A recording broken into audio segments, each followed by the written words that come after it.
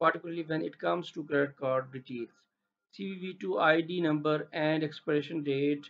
Security keys says that you should regularly flush out old customer cards and keep a little amount of data on your servers to transfer refunds and charge back amounts for email and marketing campaigns. You will need a record of person's name, email, and contact number, including address of your clients. Therefore, you should also think carefully about how much risky data you amass on your server with the registered customers.